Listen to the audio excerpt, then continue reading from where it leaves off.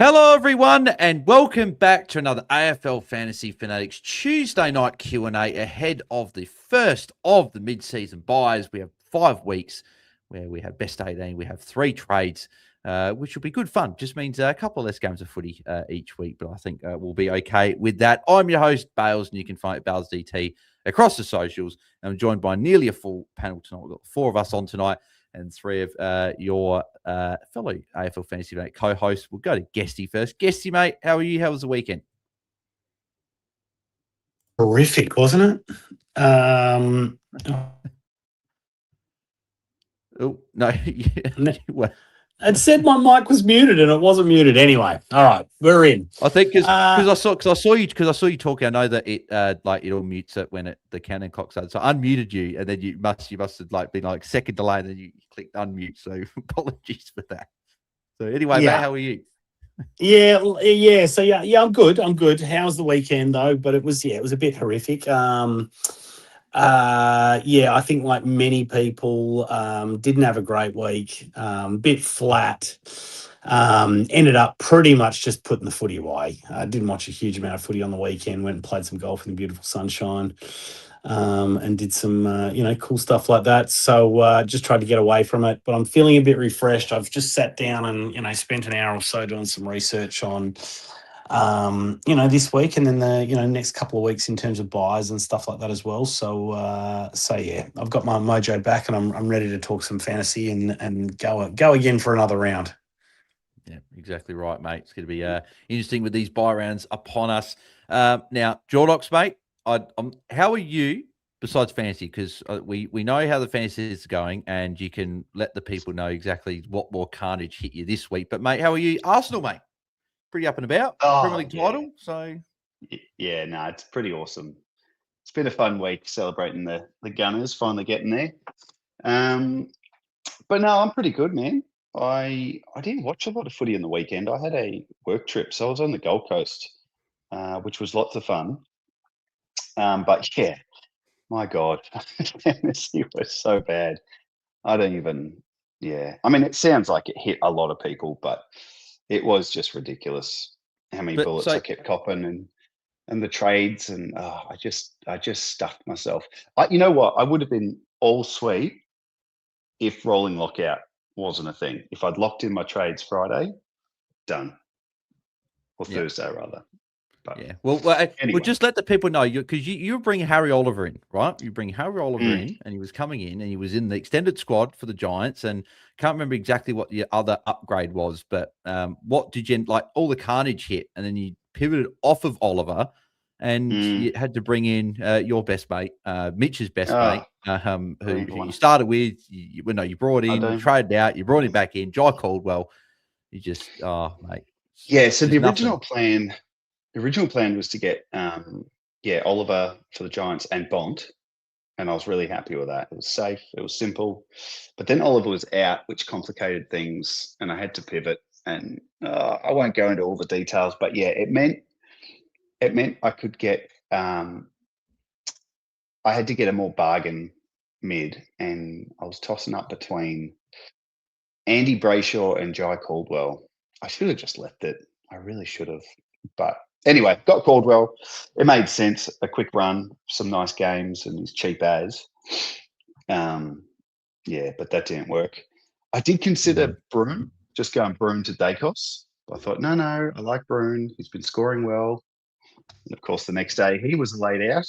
And then to cap it all off, I was a bit cute, and this one's my own fault, but I looped Farrow, who scored 85.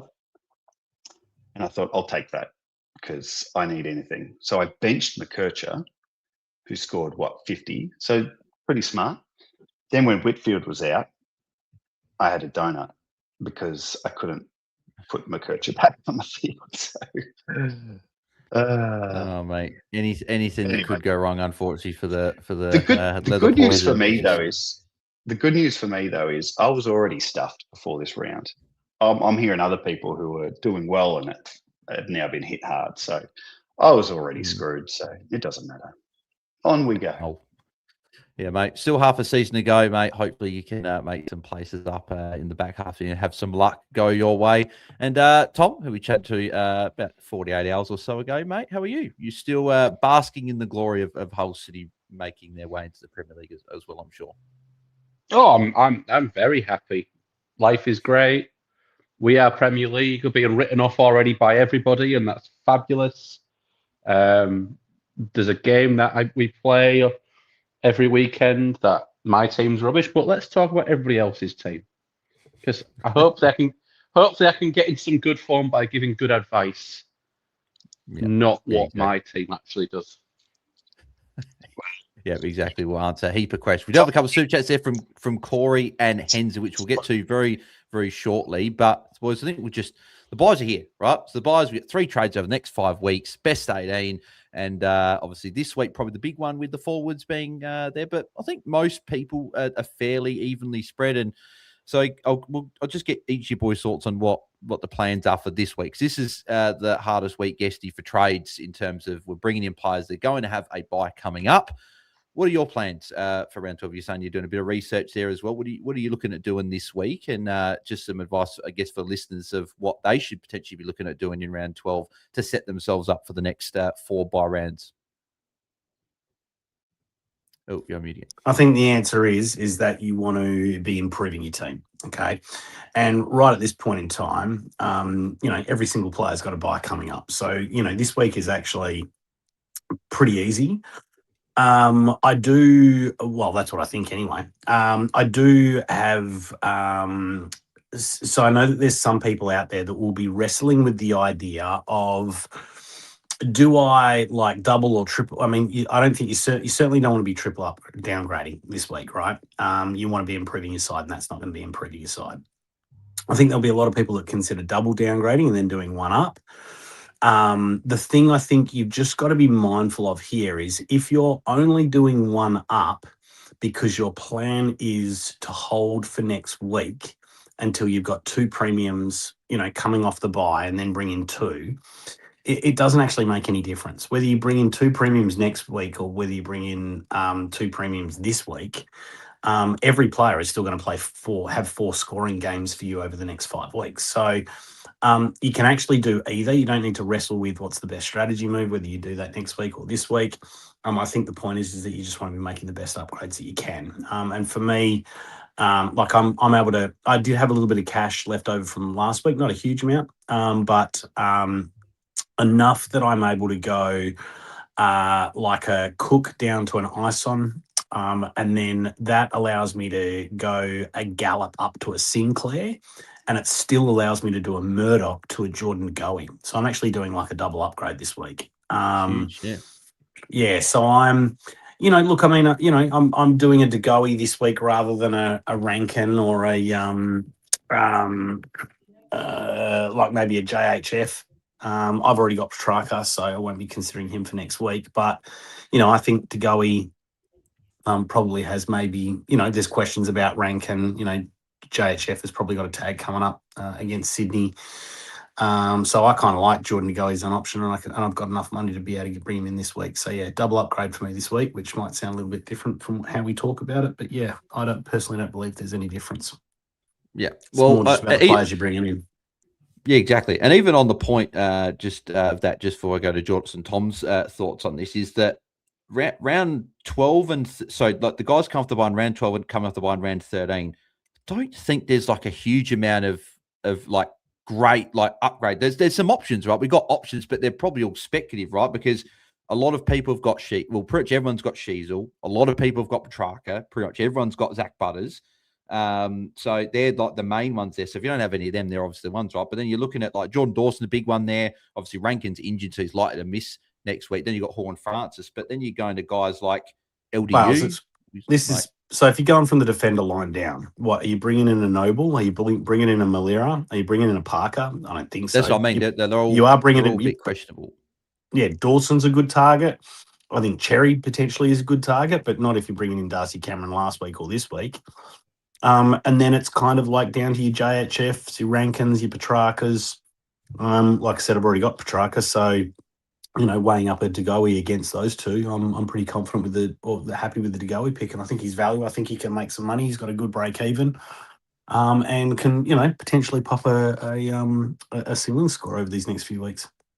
Yeah, exactly. And then round 13, we've obviously got GWS at Richmond. Okay, you might have like Clayton Oliver if you want to target him after the bye, an Ash, Whitfield, those types, but no one from Richmond really looking at. Maybe Short could be the only one you could make an argument for, but he's quite expensive there. So like we don't have a lot. So they're all actually round 15, round 16 by players, ones we actually want. So that'll make it very, very interesting in terms of upgrades. Jordox, what are your plans for this first round of buys? Obviously, with the fact that we've got, as I said, every player's got a buy coming up, and then sort of thoughts of what teams should be looking at moving forward as well.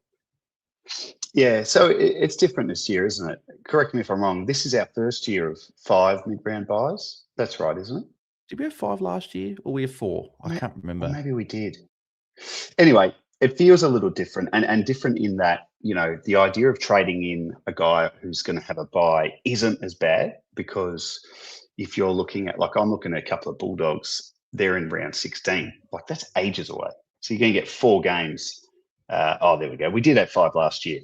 Well, as we had last year with the 5, that last buy round, it's a little bit of an option, I think, for me, with a couple of Bulldogs I want to grab, and then I get 4 games out of them before the buy. So, that's what I'll be doing. I'm looking at, I reckon Riley Sanders is someone I'm going to target and go for this week. Every time I look at the forward line, there's just nothing there that excites me. Last week there were guys like Sparrow, Ross, McInerney. I like Brian Myers. He's super cheap now, but for a similar price, Sanders is just getting it done. So I've got a bit of a trade set up. Got some feedback on the YouTube video last week from someone who mentioned that I don't ever know what trades I'm doing.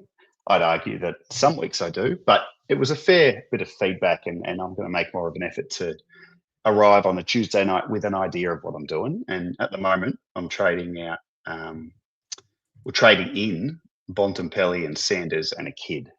That's my plan at the minute. Yeah, like it, mate. And Tom's back. He ducked out and back in, mate. So, Tom, your thoughts on what you're looking at planning on doing this week, and then throughout the buys as well. Yeah, so my team is in a bit of strife. It's probably the best way of putting that. And as a result, I don't have the coin to shop in the big dog ranges this week, at least. I probably have more rookies than most on field, and that really, really hurt me last week. So, as Guesty said, my plan is to improve my team, and to improve my team, I want to get rookies off the field. So I'm pretty set on my trades this week. I'm saying goodbye to Lockie McAndrew to go to Darcy Cameron. With the news today that English he could play this weekend, but it's far from certain.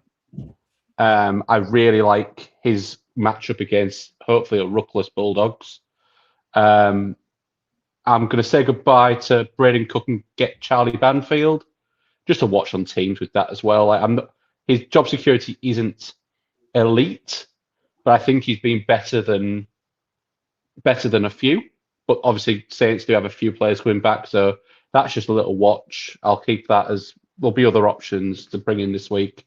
And at the other end, to get my rookie off ground, I want to take Tom Myers up to Carl Amon. I think with Amon, like his last 5 averages 104, price in the mid-90s. I love Hawthorn's run for half-backs with St Kilda and Western Bulldogs before the bye, Gold Coast, GWS giving up points, Melbourne, then Carlton, Richmond, Essendon. As a longer term run, I really want to tap into that.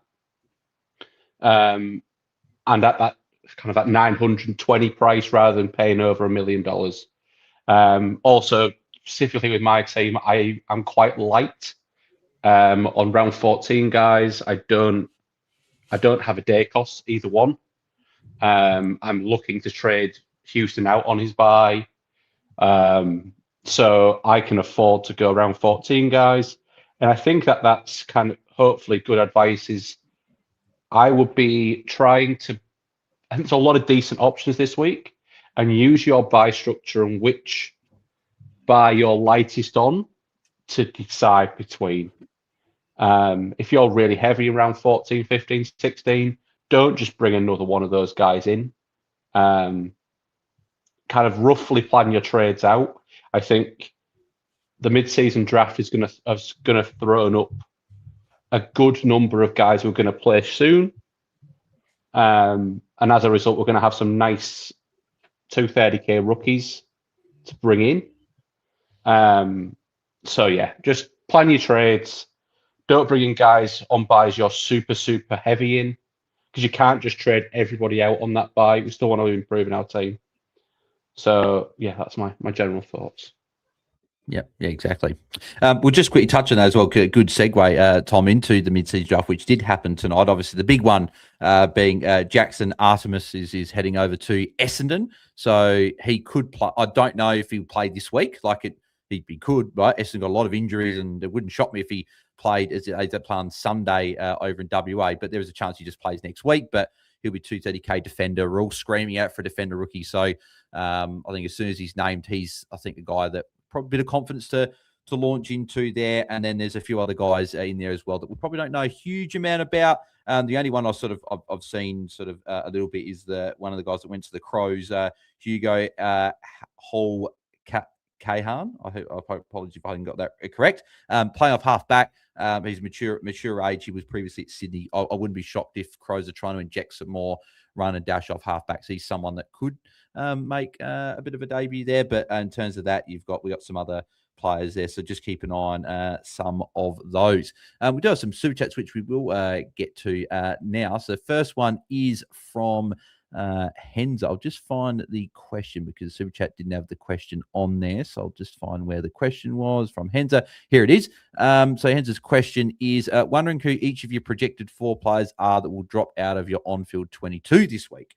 So it's a good question there. So I'll give the lads time to find that. I'll go through mine after trade. So I guess my projected 4 I've got 21 on field this week at the moment with an extra one of the forwards. Obviously, I've got 3 forwards on bye. So at the moment, it would be, say, Banfield, who I'm bringing in this week, would probably be one of them. Then probably the loop between Rechko and Jack Ison is probably next there. And then it's probably Murdoch or Lindsay, probably one of those 2 there. Because besides that, I think I've got 18 or 17 decent scorers this week, which is nice. So obviously, if Whitfield misses, that obviously complicates things a little bit more. Farah comes on for him instead. So they're currently my bottom 3 scorers. Guesty, I'm there. I'm there. If we want to give the others a bit more time. Yep. No, go Tom. Go ahead. So I'm in a very lucky position where I've actually got I could have up to 26 playing this week with the loops that I can pull, which is quite lucky. But my lowest 4, definitely the Coming Ison loop, M8. Definitely. Then if Whitfield plays, I expect the Farrow Carroll loop to not play. Murdoch and Murdoch Rechko. That's it. Yeah. So I'm quite strong this week. I'm refraining from saying Hugh McCluggage or Will Ashcroft in that. But I'm going to trust my quote unquote premiums. So I'm quite lucky this week that I have 18 premiums playing. So I'm expecting a good week this week to hopefully mitigate some of the horrible ones I've had in the last few. Yeah, hopefully that is the case, mate. Guesty, what about you? What are your looking like your bottom 4 or so scorers are? Yes, so I've got 17 primos, and then I'm looping between a few. So in defence, I'll be looping between Lindsay and Ryan. In the midfield, I'll be looping between Rechko and Ison. and then I'll also have Roby in the forward line. So yeah, out of those 5 players, I'll be taking 1 score. Yep, beautiful.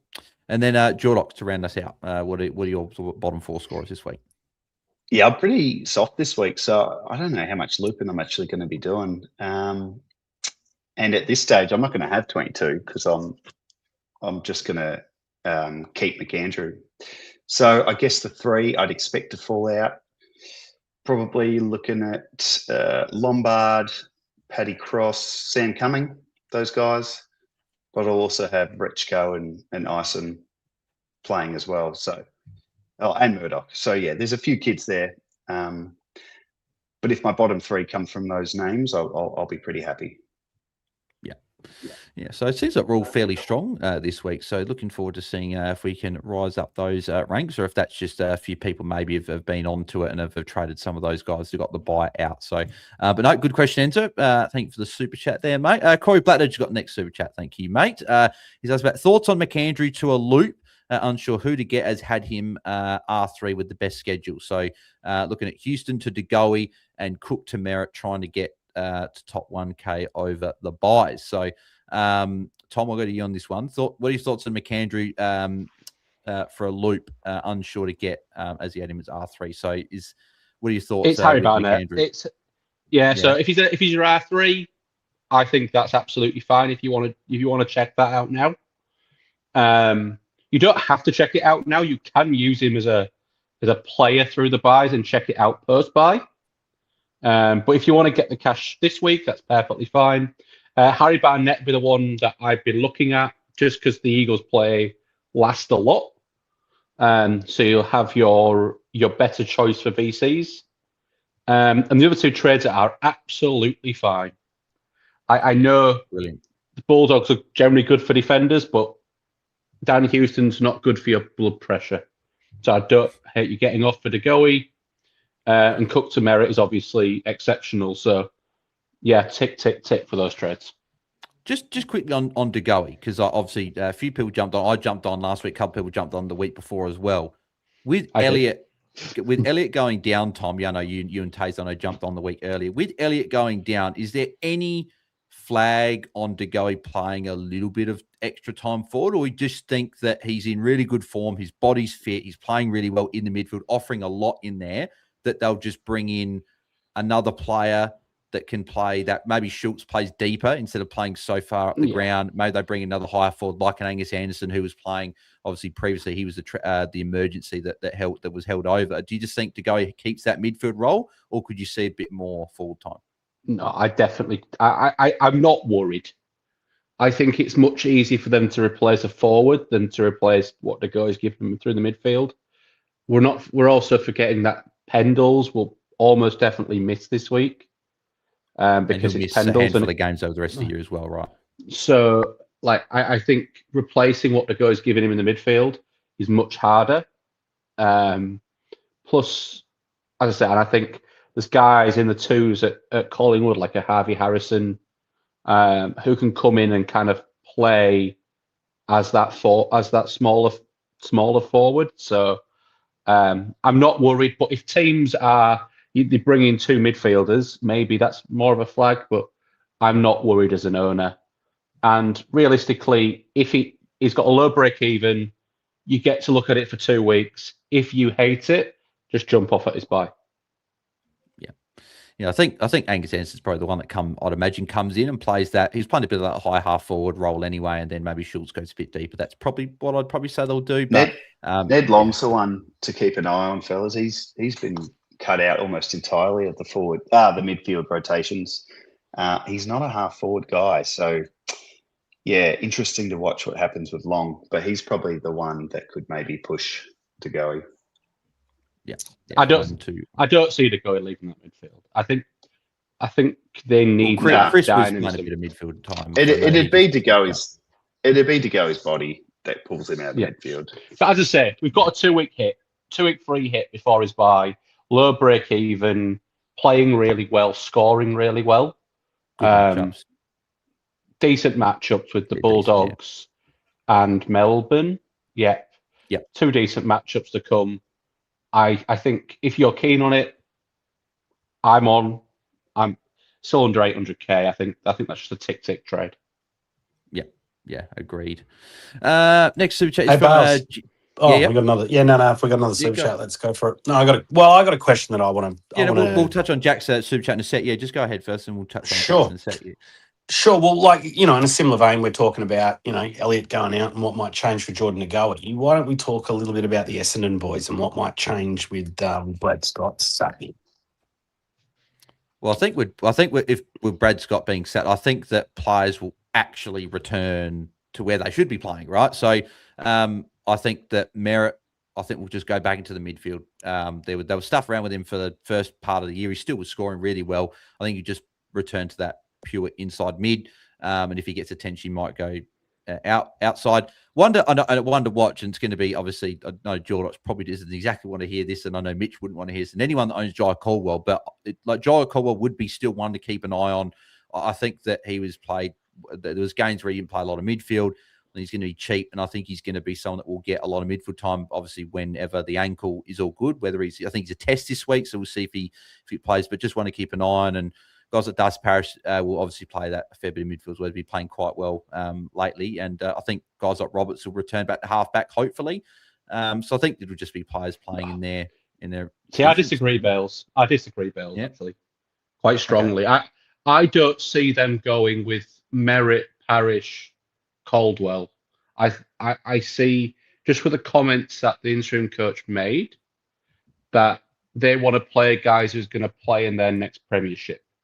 And I don't think that, and it might be a slower process, but I don't think that they're just going to roll out the same in and around 30-year-old guys through that midfield when I think they're going to want to see what Elijah Sarters has for half a year.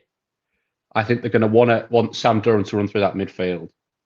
I think they're going to want the younger guys to have the opportunity, especially the guys who are fringe, to see whether these are the guys that are going to take them forward or are they going to get off. And it might mean that Merritt plays half forward or half back, because we know, like, he has actually appalling numbers at centre bounce for clearances. Doesn't mean he's not a great around the ground midfielder. He's an amazing around the ground midfielder, outside player. But I can't see them I don't think Essendon care about wins. I think it is sacking Brad Scott means full rebuild. Like that, they're going full rebuild mode now. And to do that, I don't see them paying the 30-year-olds, because they're not going to be the one that's going to take them to the next flag or even finals win. Well, if that's the case, right? Because again, I definitely could see that being the case as well. Is Merritt, as like a lot of people talking about Merritt as a good trading target this week? Do we still think he's a good trade target over $1 million? Because he might get a tag this week from saying, yes, because there's a million outs for Essendon. Don't forget, like, their team is going to be largely construct. Like, they're talking about the Artemis playing this week just because they don't have the bodies. Like they're so depleted through injury. More injuries last week. Like, I think it's just going to be the best 23 guys they can get on the field. So I think short term Merritt's fine. Eagles, good run after the Eagles as well. I do think he gets Hoff. I think Roberts gets Murdoch. I've changed that view since before the weekend. I think it's almost certain that Murdoch will go to Roberts. Because we tagged another halfback last week. I think, and if we can shut down Roberts and Merritt, I think we win the game comfortably. So I think we'll do it. Yeah. Jordox, you had some thoughts as well? Yeah, no, I think Tom makes some good points there. We'll see Sardis, we'll see Setterfield, I think, come in. But I think Parish and Merritt will stay. Well, Merritt maybe not, but Parish, Caldwell definitely if he's playing. But we're going to find out how his injury is looking. But yeah, it's a good question, Guesty, because change of coach. Yeah, we could see all sorts of changes that we weren't expecting. So just keep an eye on it, I guess. Yeah, no, one to keep an eye on it. That is for sure. But the super chat from Jack, which we'll go back to now. Jordox, he's asking about Dersma to Max Holmes, Lombard to Banfield, and then Rochelle to the best forward option. 1 million budget. Is Colby more of a trade? Well, we'll touch on Colby in a sec, but thoughts. I like the trade outs. I think Dersma against Essen you could hold, but going to Holmes is a good trade. Lombard to Banfield, and then Rochelle the best forward option. Jordox, first your thoughts on the trades, and then who's the forward that you'd go to? Obviously, you talk about Sanders, DeGoey, we talk about as well. Yeah, no, I like the moves, and $1 million gets you anyone in the forward line. So probably just depends who you don't have. It's a tricky week, like I said before, to be shopping in that forward line because obviously Rankin's injured now on the bye, Petrarca's on the bye. I like those guys, Sparrow, Ross, McInerney, but none of them really excite me, especially if you've got $1 million to spend. Grindmeyers, he's an interesting one to talk about because I've almost never seen a player pretty much suffer an ACL injury, but it's just kind of okay, and he's just going to see if he can get through it without surgery. It doesn't make any sense, but he scored and played well on the weekend, so he's an option, and he's under 900K. That worries me though.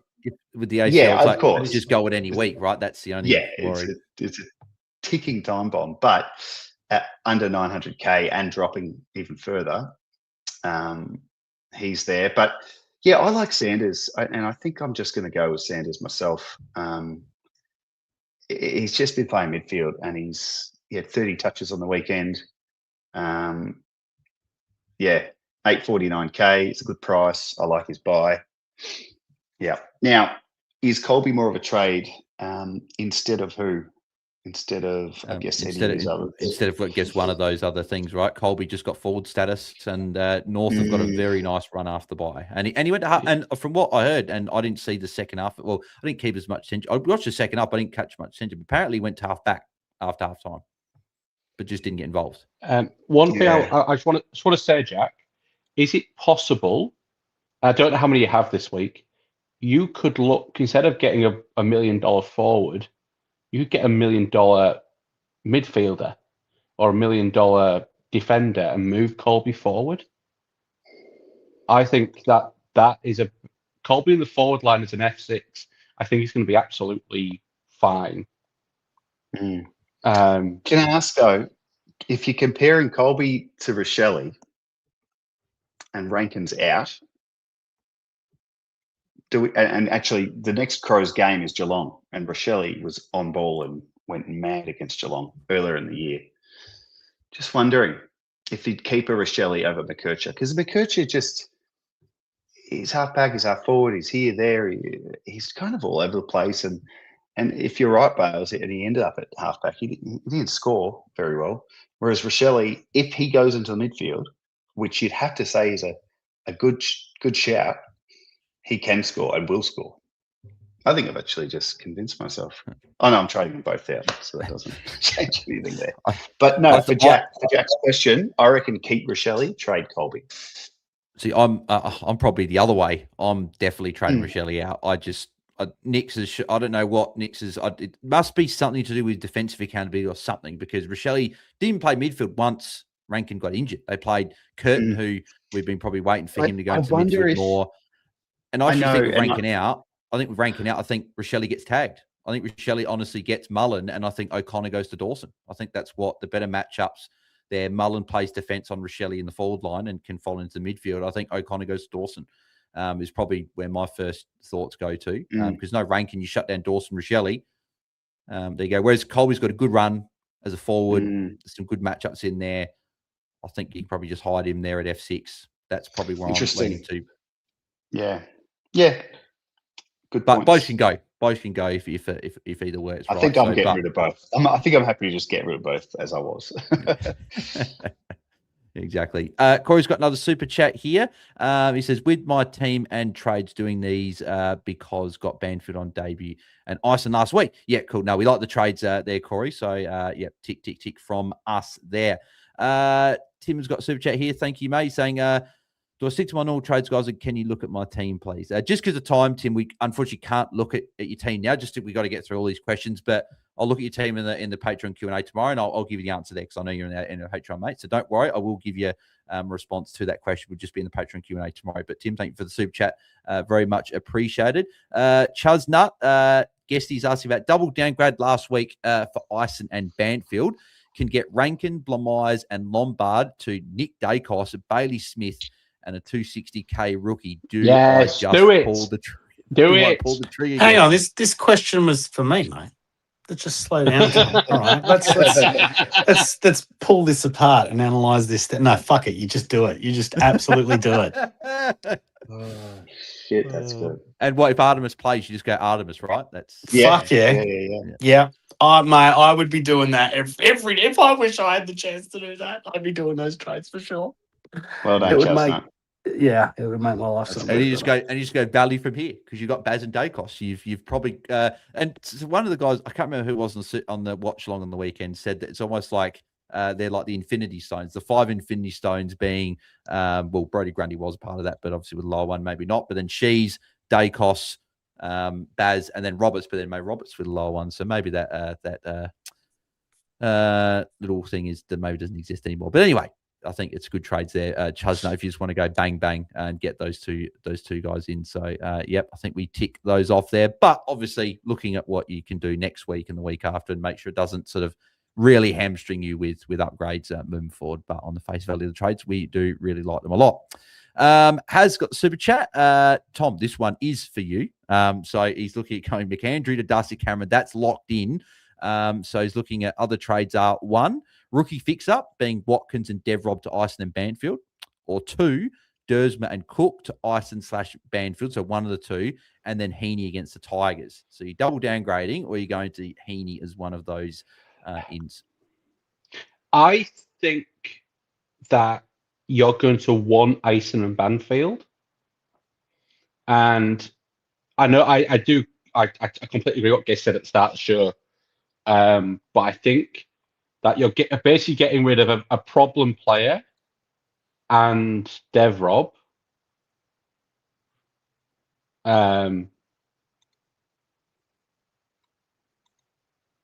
Yeah. You're good there, Tom. I'm like, yeah. Yeah. He was just like, stop. You're just like, oh, yep, yeah. And I was like, yeah. So what? So you'd be going for Watkins and Devrob to Ison and Banfield, get the 2 rookies in McHenry. 100%. Yeah, 100%. Yeah. I think I think you just want those rookies in, and it allows you to go 2 up next week and get 2 guys that you really want. Whether that's like a Dawson and somebody else. Yeah, and I guess if you've got multiple of these, like I guess brown dots, like being Watkins and red dots, maybe you can fix up. But if you've only got, if say Devrob's your only red dot in your team, Watkins is your only sort of poor rookie, I don't mind going to 1 up. But I think a few people are worried about Banfield's job security. But I think from what I've heard and seen from Saints people across the socials is that Banfield would have played earlier in the year if it wasn't for the injury that he had. So that's probably a good thing, hearing that. So maybe job security is okay, but I know they do have a couple back next week, but hopefully he holds his spot there. Next super chat is from question. Yep. Sorry, just quickly before we move on. Did Collingwood pick up a rookie, a ruck tonight? I feel like they did. 27-year-old. I don't have the name on me. I'd have to go back to the article I had. So they picked up where was it? Harrison Coe from Frankston, turning 27 later this year. They're not going to throw him in, are they? They'll just run with DC for a bit. Number 1, surely. DC was very good last week. I think that this is very much if DC goes down, we have nobody. Yeah. So we need somebody to rook in our VFL side.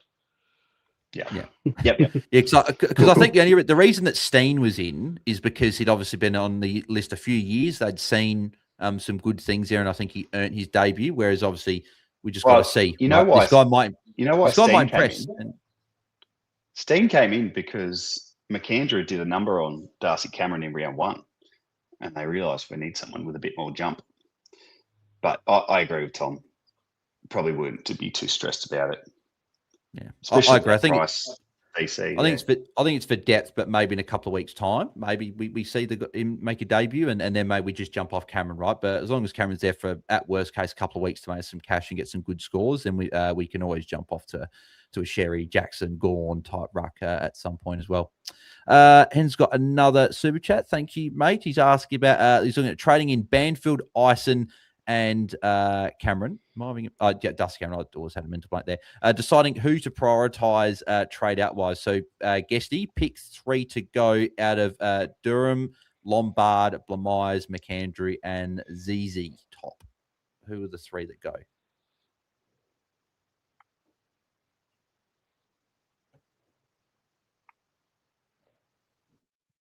You there, Guesty? Guesty. I was on mute. There you go. And I was thinking, I was saying that probably ZZ is the first one to go. Then there was Blamires. I mean, he's losing cash effectively now. He's you can chop him at any time. Durham, he's been a bit of a failed pick anyway, right? So obviously, I mean, but his concussion. When's Essendon's bye round? Is that 14? 15. 15. Oh, I mean, you might be able to get cash off him, because he's of his price. And who's the other player? You got Lombard and then McAndrew is there as well. Look, Lombard, I think, is probably the last one. I mean, I'm kind of sitting on him. I mean, he's making a little bit of cash at the moment. He might, better. Okay, he's out this week, but he might fill a gap for us at some point during the buys. So where were we at with all those? So ZZ was ranked 1. I think Durham ranked 2, just because of his price over Blamires, who's also losing cash, and then 4 is Lombard.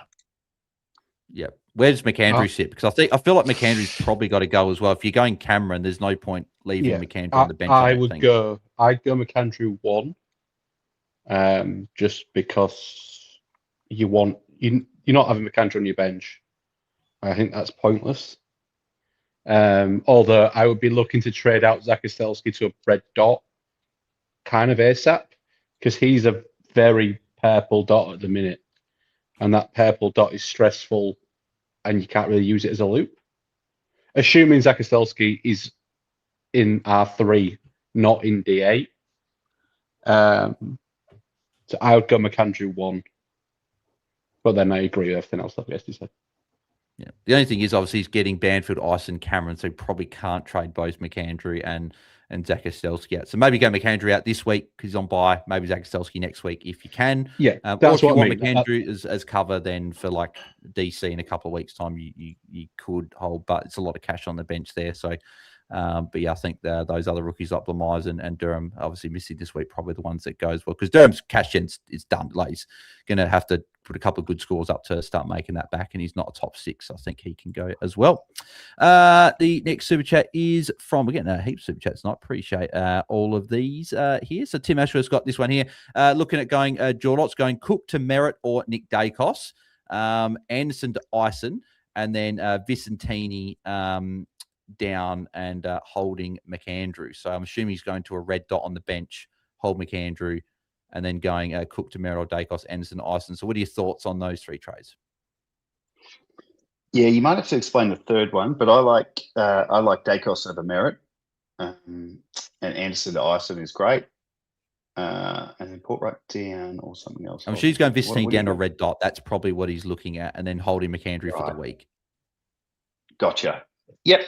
No, I reckon all that works. If you could get Dacos for Cook, and two downgrades on the side of that works for me. Very nice. Yeah, they're fine. Tick off. If you get Dusty Cameron in, then that would be ideal. But if you can't, then I like the Dacos and Ison in. So I think Ison's the number 1 rookie this week. Depending on your biggest issues, Tim, you might be able to even trade out McAndrew next week.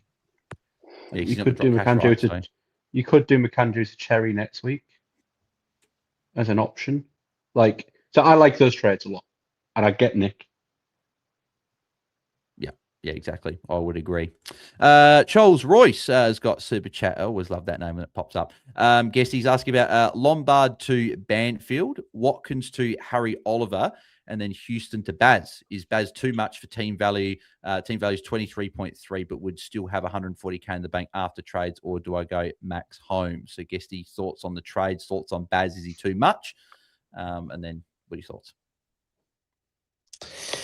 Yeah, this is a tough one. And I actually think it's a little bit of a 50-50. I mean, Baz is obviously priced what's he actually priced at? What's his price at number?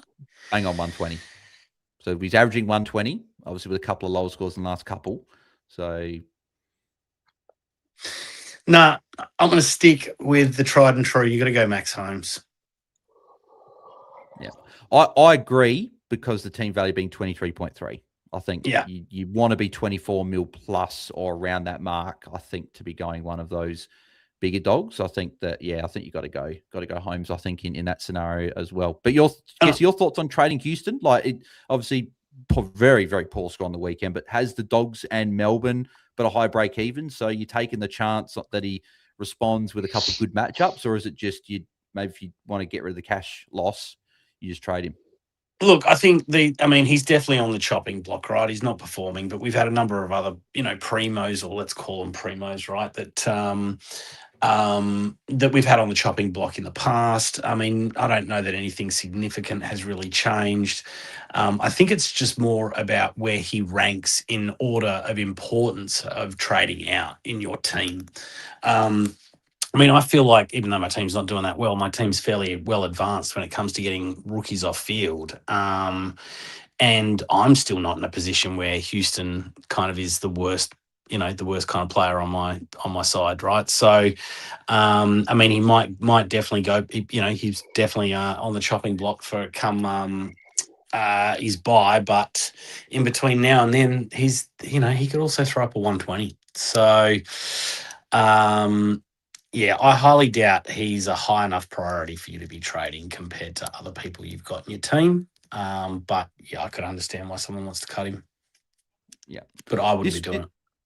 This would be a good I'm week. not I think. doing it. Yeah, this would be a good week, I think, for a lot of people. If Collingwood just decided that they go, okay, Dogs have only got really Aaron Norton as a big tall forward. Let's give Jeremy Howe a rest. He is under rest for a few weeks. So Darcy Moore's out, up. right? Another thing that's changed. How do you reckon that impacts Dan Houston? Don't think a huge amount. He hasn't played a lot this year.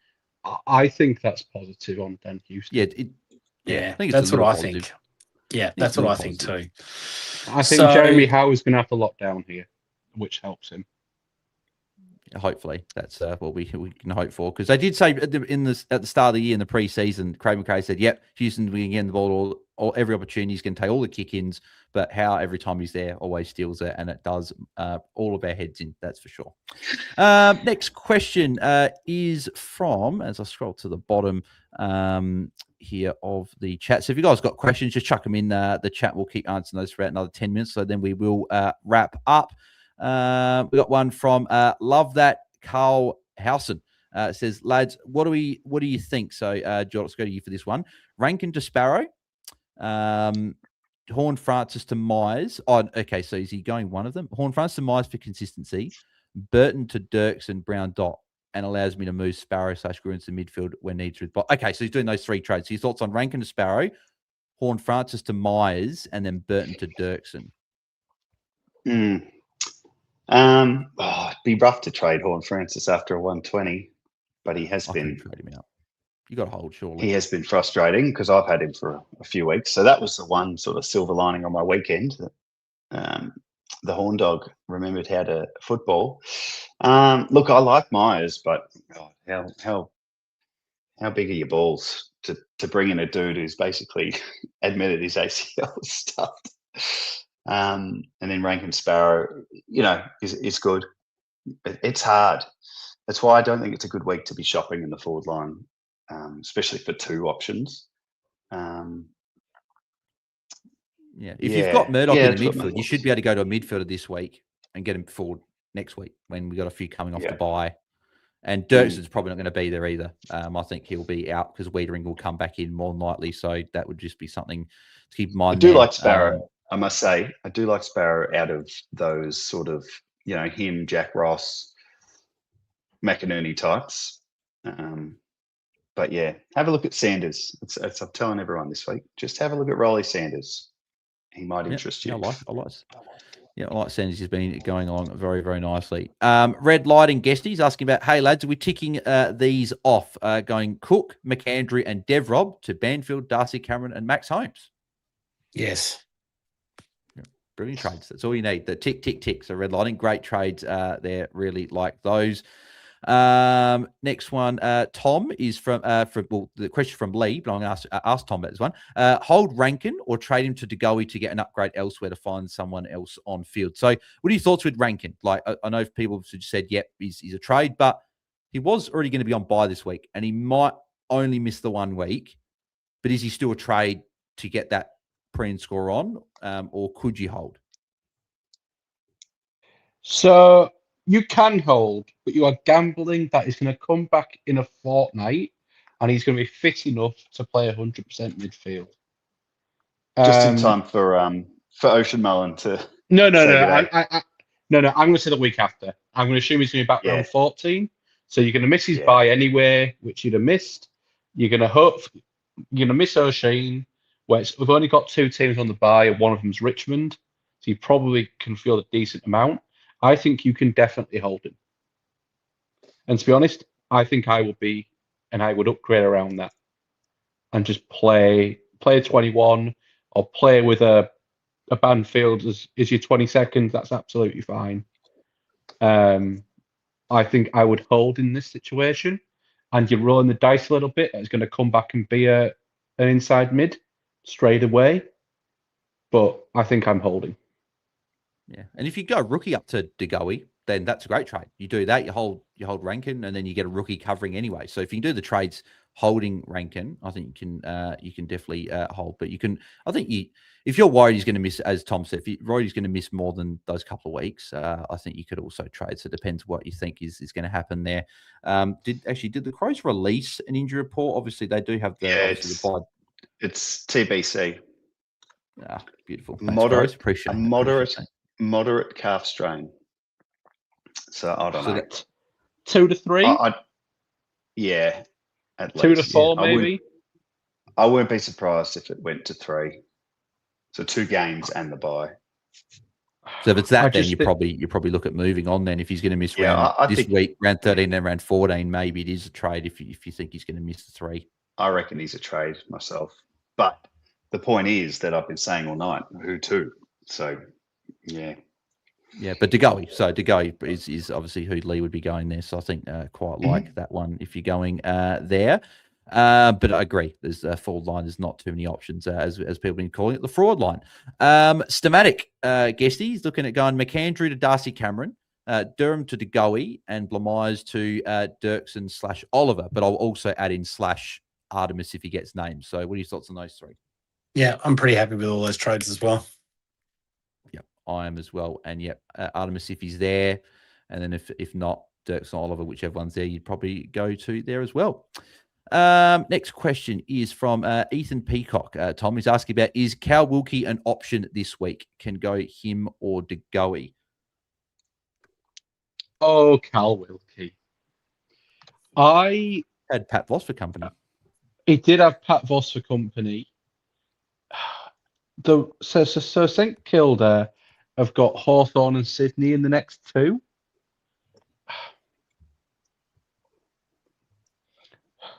I think I'm going to go because I think his trajectory is the right way. And if your team's anything like my team, I'm quite heavy on round 16 bye players. So if you've got a Sinclair, if you've got, who else is 16? So if you've got a Steele, if you've got a Bont, if you've I'm quite heavy on those players. A Cozzy Pickett. So I think I'm going to steer away this week for that reason. But I think Wilkie could be very, very, very popular in a few weeks, just after his bye when he has Essendon, because he's going to be very, very cheap at that point in time. probably in the 800s. So I think I'm going to Goey, just because of the buy structure. Unless you're really light on round 16, I can't lucky against you just having rolling the dice on him. Yep, agreed. Evil Cheese, Jordox is saying, what if trading Rankin lets you get Baz and Merit? Jeez, a couple of big upgrades there. Then you pack his bags and you drive him to the airport and you say, thanks for your service, Isaac.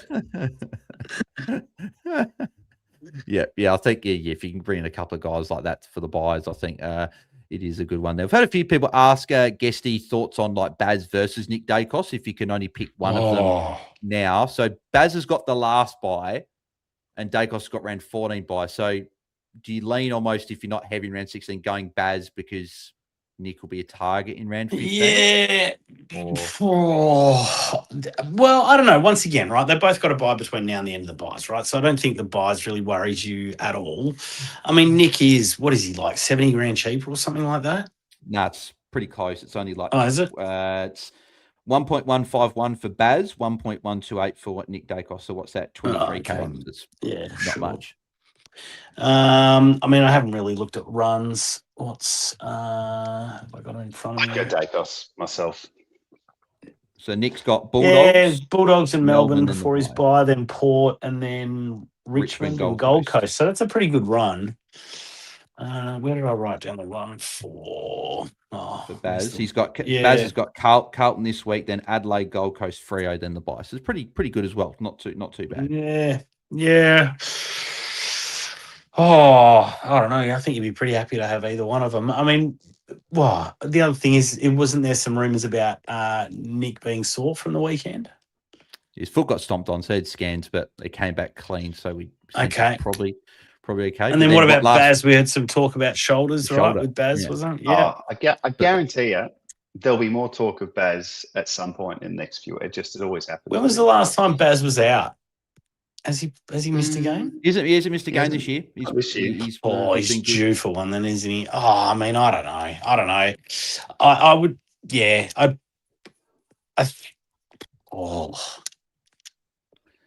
It's takeoff for me. Yeah, I'd probably let my buy structure decide. There you go. It's probably one who you like watching more. Who you like watching more? That's probably where it comes down to, right? But yeah, I'll go through my trade plans because I'm bringing one of them in. So I'll go through my reasoning for that one there. And we'll finish off on this one here. Super chat from Tim here to finish off. He's saying, couldn't afford those trades. So Dacos with Vicentini out. Is it okay to go Essendon defender instead, the new guy? So get, Artemis. Yeah, you can go him. Yeah, if that gets you Dacos and you get Artemis, then you can definitely go that combo. So yeah, Tim, that's a tick from us. If Artemis is named, obviously. If not, then you might have to just maybe pass on Nick Dacos for the time being and get another rookie. I honestly don't mind going. I think Artemis is going to play. I don't mind. I'm happy to go this week. If you don't need the number this week, I'm happy just getting the best 230k out, which will be Artemis, to get Nick Dacos. Because I think, and that's what I mean, he's going to play. It might not stop me this week because they are obviously over here in Perth. They might give him another week in Melbourne. So, yeah. So for Nick, who is a comfortable distance, he's a comfortably 8 to 10 points better than the third best player. Get Nick Dacos. Yeah, I agree. We do have a super chat that just snuck in as well from Tyler Finlay as well. So he's like, would you rather Jagger or Kirch F6 going forward? Guesty, who would you rather at F6, Jagger or Kirch? Kirch. See, I'm Jagger. That's a tough one. Tom, where do you sit? I think he's just got bigger upside. I think he does. Yeah. I think I'm Kirch. Yeah, I'm just really getting sick of this shit because I've got him in my keeper. And as an owner for a while, obviously, Jordox, you're probably sick of him. Yeah. Kirch got more upside. Jagger's been pretty consistent, but I don't think they're going to they're not going to run him into the ground in the back half of the year. They've got midfielders there that will be able to keep going, and he was great on the weekend, Jagger. But can he keep going? That's probably the question. I think Jagger for consistency, and then for ceiling scores, definitely McKercher. If he gets that role and they leave him with it, he'll be a bloody top 6 defender forward. To be fair, though, I probably wouldn't trade. I think there might be a couple other players I'd rather trade than Jagger and Kirch probably this week. I think there's probably a couple other guys I'd probably rather trade. But if you got to trade one, it's who works better for your buys. If you're really heavy on round 14, Jagger can go. If you're really heavy this week, Kirch can go. I think that might be the tiebreaker there, Tyler. Beautiful. All right. Well, we will wrap up there. So finally got it right. But we'll go through what our current trade plans are ahead of the first buy round. So our 3 trades, which will be is exciting. It's an exciting time of year to have the 3 trades and really get hopefully our squads into shape. So Tom, we'll go to you. Obviously, you guys did mention a little bit before, but your trades this week as of Tuesday night. Yeah, I'm doing Blamires, McAndrew, and Cook to Banfield, Dazzy Cameron, and Carl Amon. Beautiful, mate. Attacking Carl Amon with that nice run coming up for Hawthorn half-backs. Jordox, your trades this week. At the minute, I've got Rochelle, McKercher, Blamires out and bringing in Bont, Sanders, and I've got Bailey McDonald, the cheap Hawk defender, but that'll be Artemis if he plays.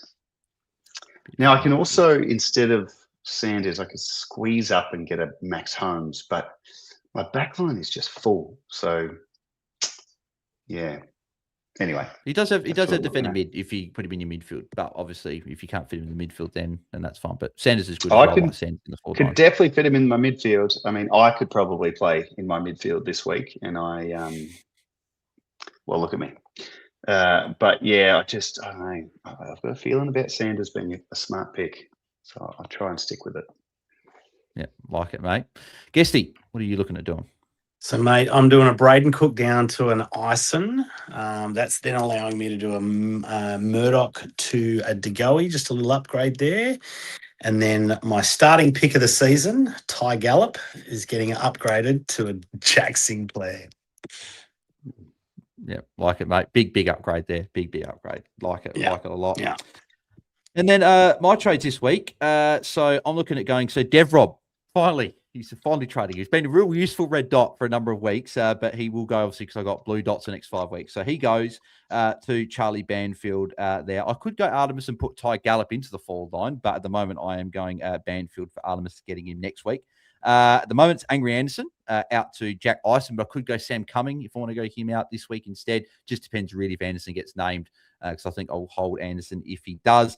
And then Braden Cook is going up, all the way up to Baz. I'm bringing Baz in because I looked at round 15 upgrade targets when Nick Douglas would come off his bye, and there's not really anyone I want. And I probably would have already got the round 12 and 13 guys I want by then. So Nick will probably come in round 15 if I've got the cash to do so. So Baz is coming in there. And be good to get one of those 2 boys in. I have thought about Holmes, thought about Merritt, thought about Heaney, but I'm going to need Baz at some point. And this is as good a time as any to bring in someone like this, because I just don't. People say he's going to drop in price, maybe a little bit, right? But he's the sort of guy who will drop a 70 or an 80, maybe. And you'll follow up with 140, 150. And I just I can't see him going under 1.1 or 1.05. He's not going to drop a lot. So I'm pretty happy getting Baz in. Beautiful. All right, that'll wrap us up there. Tom, mate, thanks for jumping on. Where can the people find you across the socials and your team name for foes? Yeah, Pom United from foes, and you find me on X at Tom_Hales_. Beautiful. Thank you, mate. Most are asking their Geelong watch-along this week. You better believe there will be a Geelong watch-along if I bring in Baz this week. So Friday night, Geelong Carlton could be a watch-along there with Baz on debut, potentially, if I bring him in. Jordox, where can the people find you across the socials? Where can they find Finders Keepers and your team name for foes as well? Yep, so I'm on X at Jordox 2020. And Finders Keepers is on X at FindKeep AFL. Episode came out today, a little bit later than usual, but it's a good one. Go check it out. And my team name is Leather Poisoned. And I am coming back. I've decided This will be my worst rank for the year. It's only up from here. Please. Yeah, mate, try and get as high as you can in the back half of the year. Please. I can't stand no more. Yeah, exactly, mate. Beautiful. Thank you. And Guesty, where can the people find you across the socials and your team name for foes as well? Yeah, Guesty's Gerbils at Team Guest AU. Beautiful. And you can find me at BAILSDT across socials, us at AFL Fantasy Fans on X, and my team name is Bales Nails for foes, if you'd like to add there as well. But thank you for tuning in. Apologies if we couldn't get to your question tonight. Plenty of super chats, so thanks to all those that sent those through. And if we didn't get to your question, you would like a guaranteed answer, you can head over to our Patreon, patreon.com/AFL Fantasy Fanatics. Recording the Patreon Q&A tomorrow night, so if you'd like more questions answered there, feel free to head over. Links in the description of the pod or the video. But we'll be also live on Friday afternoon at the usual time of 6 p.m. Eastern, 4 p.m. per time for a pre-lockout chat, as always, on a Friday, answering more of your questions ahead of Friday night footy. So if you're tuning in on YouTube, on the live or on the replay, smash a like if you can. Subscribe if you haven't already. We're just over 200 from 5K subscribers. If you're listening to the podcast, 5-star rating and review would also be very much appreciated. And we'll catch you guys later in the week for a pre-lockout chat. So thanks, everyone, and have a good rest of your night. See ya. See ya. Bye-bye.